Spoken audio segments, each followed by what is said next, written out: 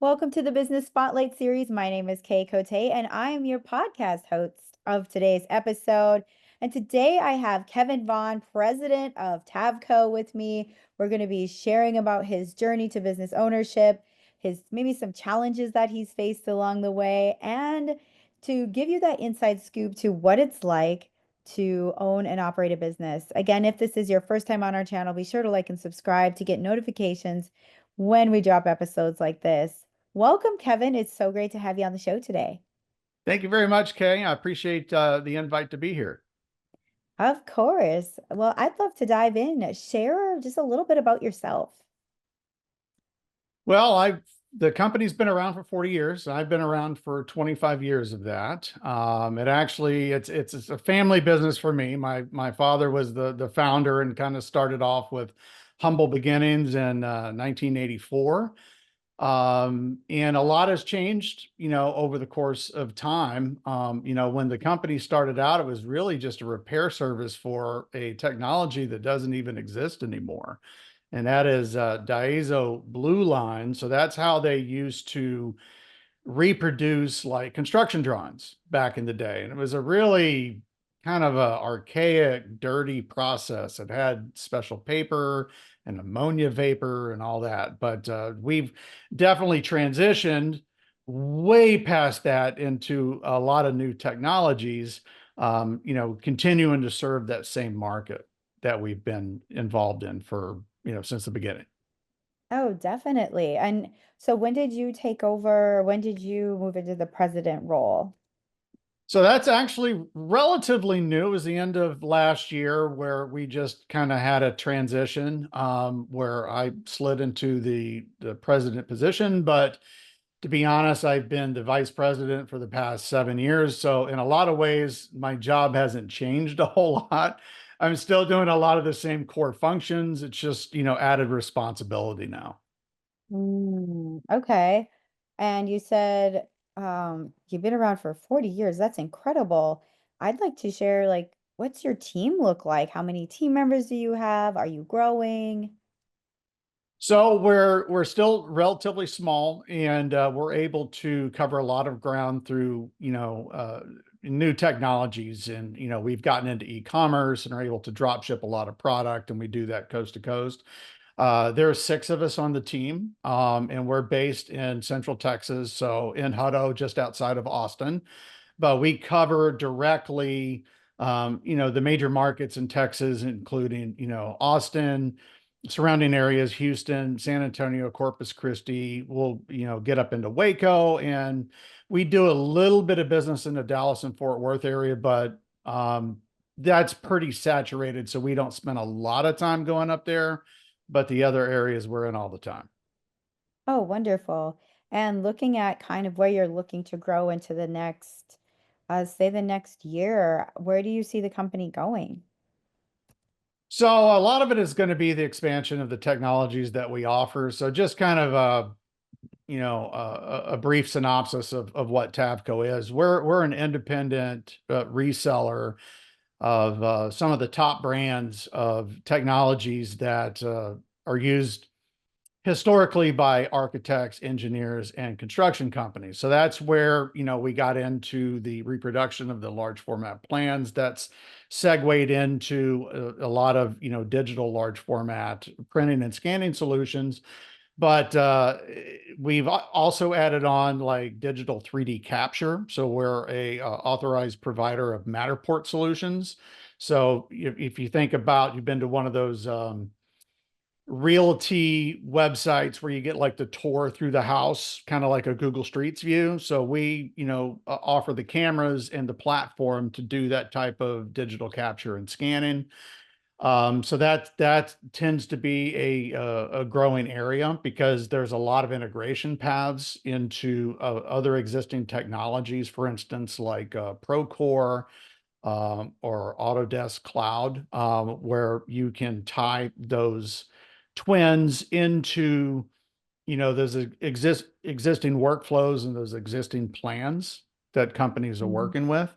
And then HP has offered something brand new to us. We're actually on the cutting edge of this, one of just a few companies that are authorized into this early access program, and it is a AI vectorization platform. Mhm. So if you think about some old buildings and structures that the only way they exist in a plan um, scope is really just on paper, because these buildings are so old, they never had a CAD file put together. They may have been drawn by hand. And then so if there is a renovation that needs to happen, they need to basically redraw that project into, a digital CAD platform. And this new uh, solution that's being offered by HP is going to allow you to scan that in as a PDF file, bring that up into the cloud, and with just a button click, get a workable CAD file in just a couple of minutes. So what used to take hours to redraw it manually can be done in a couple minutes. So Oh, it's wow. those workflow solutions that are really tacking on to all the large format stuff that we've hung our hat on for the past several decades. Mhm. And we also have a very robust website and expansive e-commerce store, and so we're doing business coast to coast with any of the equipment, the supplies that we have, and then now these other software solutions that we're bringing to the table. Oh, definitely. Well, that's incredible. Would you say that your company is kind of a leader in the technology integration with like what you're doing? We try. Yeah, I definitely That's the goal, right? yeah, I was gonna, yeah, my next question was a lot around like who's your ideal client and what are they looking for? Like how do you stand out to your ideal client? Well, we had to make a conscious decision a while back, because again, when you think about the large format, the printing scope, our competitive circle, I mean, we've all kind of, done the same thing. And then what's happened is, COVID was a huge change for everyone. But even before that, there's this growing digitization of things. And so that just meant in all office technology, pretty much across the board, just a diminished role of paper. People just aren't printing as much, right? They're sharing things electronically, and here's a PDF file. And so there's workflows set up around that. So that forced a lot of partners like us that deal with this type of equipment to make a decision. And most people chose to go into the graphics realm and get into like vehicle wraps and outdoor signage. And there's a lot of that. And we honestly wanted no part of that. We wanted to stick to our base. And so we made the conscious decision back then to expand our technology offerings to serve that client base rather than try to expand, the market reach into other products. Because if you start getting into signage, that just really takes away from the dialogue that you have with our bread and butter, which is the AEC community. Now, that being said, we do some business outside of that with our large format aqueous graphic printers into like, marketing departments and artists and photographers, people making maps, GIS printing, things like that. So there definitely is a role for that. But what we've decided to do is to expand the technology offering to our core clientele. Hmm. Okay, that's incredible. And I kind of want to go into the marketing that goes behind this and how you're marketing to gain clients. What are some of the marketing techniques you are using currently that have been successful? Well, again, another conscious decision, and there's a whole story behind it, but we did, really kind of took a deep dive into growing our digital footprint starting about 2009 to really get the business online. And again, when I look at our competitors, for the most part, I mean, there's always outliers, but for the most part, they're pretty old school, right? So they're still doing outside sales and trade shows and let's drive around and knock on doors. And man, that's a hard way to make a living in today's environment. So in answer to your question, we've, spent a lot of time and a lot of resources on our digital channels, including our website, our e-commerce store. And then we use, all of the promotional channels, email marketing. We do limited social outreach. I just don't find for what we do, we get a ton back from that. Mhm. But the thing that's come up that companies are going to have to address is this whole, AI generative search thing. And it shouldn't really scare people because if they're building their websites right and optimizing them correctly and putting good content out there, then not only, traditionally is that going to help you in like, Google organic search and things like that, but it's also going to get you indexed and shown up in generative results. And so Mm. the AI engines will be grabbing your information as well. And so, we've already kind of tested and seen that to where, depending on what platform you're using, where we come up as one of the top results. Okay, that is incredible. I like that you pivoted. I think that's like a huge golden nugget is you made those conscious decisions as a business to go a different route or go the route that works for you. So I thank you for sharing that. Looking at the future, actually, let's take it back. Looking at maybe the past year that you've been president, what is a challenge that you faced that you overcame and how did you do it? Uh, a lot of it is just over the past year, the economy's been a little wonky with interest rates and things like that. And in my experience, and I've been through this, several times in the past, the big recession and all that. The two budgets that tend to get cut by companies being our clientele is marketing and advertising and technology. And so when we sell technology, sometimes, that gets tough to try to get people off center. So, what it's just required a lot of tenacity and a lot of, stick with itness to get out there and showcase what's new in front of people to get them turned on to new technologies and get them inspired to level up their workflow to bigger and better things. So, that's kind of helped move the needle for us a little bit. And then again, just growing that e-commerce channel because that opens up a bigger market for us to tap into. Oh, definitely. Yeah, that makes a lot of sense.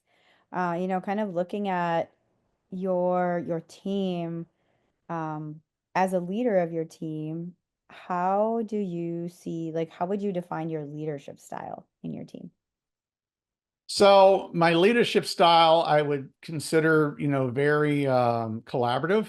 I don't consider myself an authoritarian, though somebody may argue that. No, no, we have a good relationship with our team. And the thing is, I mean, you have to think with our company, our staff, we have good tenure there. I think our junior person has been there 7 years. Okay, so So you it's can. 7+. So we know each other. We don't have a lot of turnover. I value their opinions. But I gotta tell you, for me personally, a lot of my leadership style comes from as a young man where I spent my military time in the Marine Corps, and it was very big at that time to teach small unit leadership. And as a junior person or a junior enlisted Marine, you would be put into situations where you had to step up and lead because that could happen, right? In time of conflict, somebody needs to step up. If a senior person gets taken down, then somebody needs to come into that. So we like to um, operate with a decentralized kind of a leadership where everybody has some authority. Now, it's important to note that just because you can delegate authority, you can't delegate responsibility. So, in a lot of ways, I'm still responsible for everything. I just kind of enable my team to go out and make certain decisions and trust their decisions. And then we just, uh, kind of review that and debrief that and figure out ways to move forward from there. But it's worked out well for us. Good. That's so good to hear. This has been so inspiring to just hear your story and how you pivoted when you need to and shifted with the different changing of times. Looking at the future of your business now, let's take it a little bit further. Look at like the next 3 to 5 years. What is something you want to accomplish in those years? Well, a lot of it's just keeping up with the changes in the technology because you do have things that happen where the habits of our customers change, as we experienced with, a lot of the paper devices, right?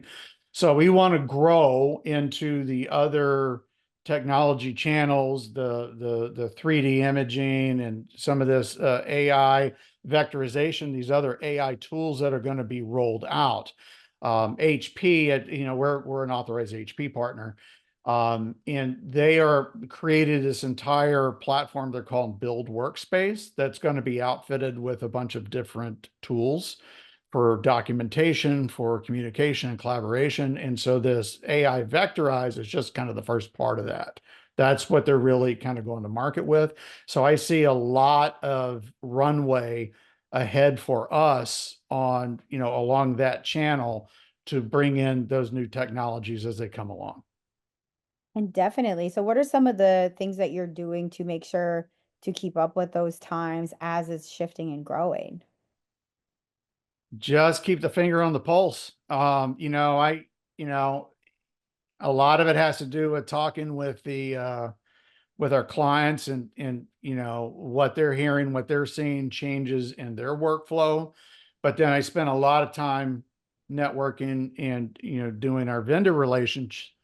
And since we represent like four major brands, I actually get a nice, you know, uh, kind of a barometer from all of those different resources. Now, it can be a little dangerous if you just stick with one brand because, they kind of tend to look at things through, tunnel vision. It's just kind of hard to get that expansive view sometimes. But, once you get it from multiple sources and multiple different technology providers, you can kind of put together a good picture. So we just follow the trends as they come along. And then we're going to spend a lot more time integrating AI, which on our website, we've already, have several AI powered tools to enhance the user experience where, people can get answers and even support for equipment, through that chat type format.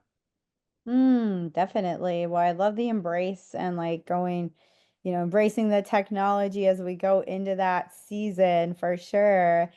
This has been such a good conversation so far, and now I'd like to go into our rapid fire Q&A, which is 4 questions I ask you and you answer very top of mind. Okay.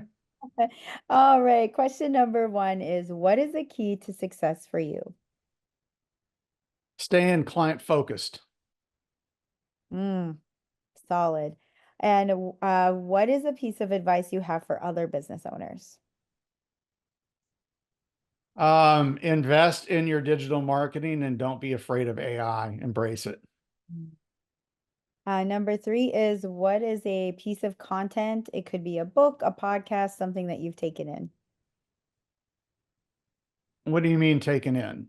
Like Like, read or listened to. oh, okay. Like a book. So there's a book called Building a Story Brand, I think is the name, and it just got released. It's Building Story Brand 2.0 by Donald Miller. Hmm. And if companies really want to know how to improve their messaging and resonate with their target buyer or their perfect customer, that's a great tool, a great book. Oh, that looks like a good one. I have a background in branding, so I definitely want to check that out. I highly recommend it. Thank you. And the final question is, if you had a magic wand and you could rapidly change one aspect of your business for the better, what would it be? Get more market share. Definitely. That is a good one. Well, again, this has been such a fun conversation. Before we get to our final question, let's share the word about your business. How can people get connected with your business online? So to check us out online, our website is tavcotech.com, and it's TAVCOTECH.com. Um, and you can find me on LinkedIn. I'm easy to get to. As a matter of fact, I was an early adopter of LinkedIn, so I have kind of a goofy handle, but I'm at Texas Kevin. So just look up for that and you can find me. Oh, well, thank you so much, Kevin. Again, so inspired. So, my final question is, what is most inspiring to you today? Um, Networking and meeting new people, have an opportunity to to be on here and share some ideas, and hopefully it is something that can benefit other people and other companies. Well, thank you so much, Kevin. Again, so great to meet you and have this conversation. Thanks a lot. I appreciate it.